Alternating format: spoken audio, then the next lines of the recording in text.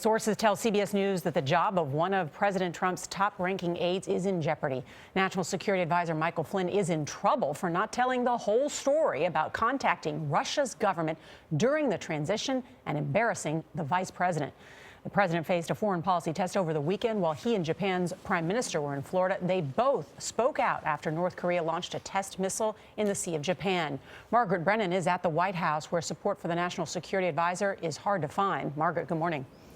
Good morning. Well, FBI investigators are probing National Security Advisor Michael Flynn's contacts with Russian officials to determine if he violated the law. And while questions swirl about his credibility, White House officials say he will still be by the president's side in meetings with key foreign leaders this week. It's not for me to answer hypotheticals. It wouldn't be responsible. It's a sensitive matter. General Flynn has served his country admirably. In a series of Sunday TV appearances, White House policy advisor Stephen Miller declined to defend President Trump's national security advisor, Michael Flynn.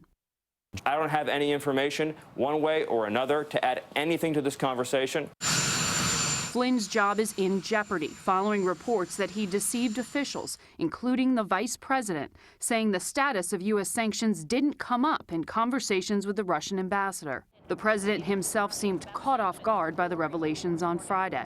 I don't know about it. I haven't seen it.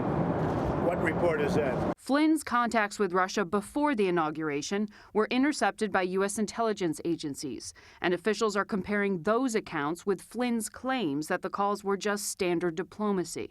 I talked to General Flynn about that conversation. Vice President Mike Pence, who repeated Flynn's misleading account on Face the Nation last month, is particularly aggravated. They did not discuss anything having to do with the United States' decision to expel diplomats or impose a censure against Russia. White House officials are debating whether to keep Flynn on board. This unfolded as North Korea test-fired a ballistic missile late Saturday.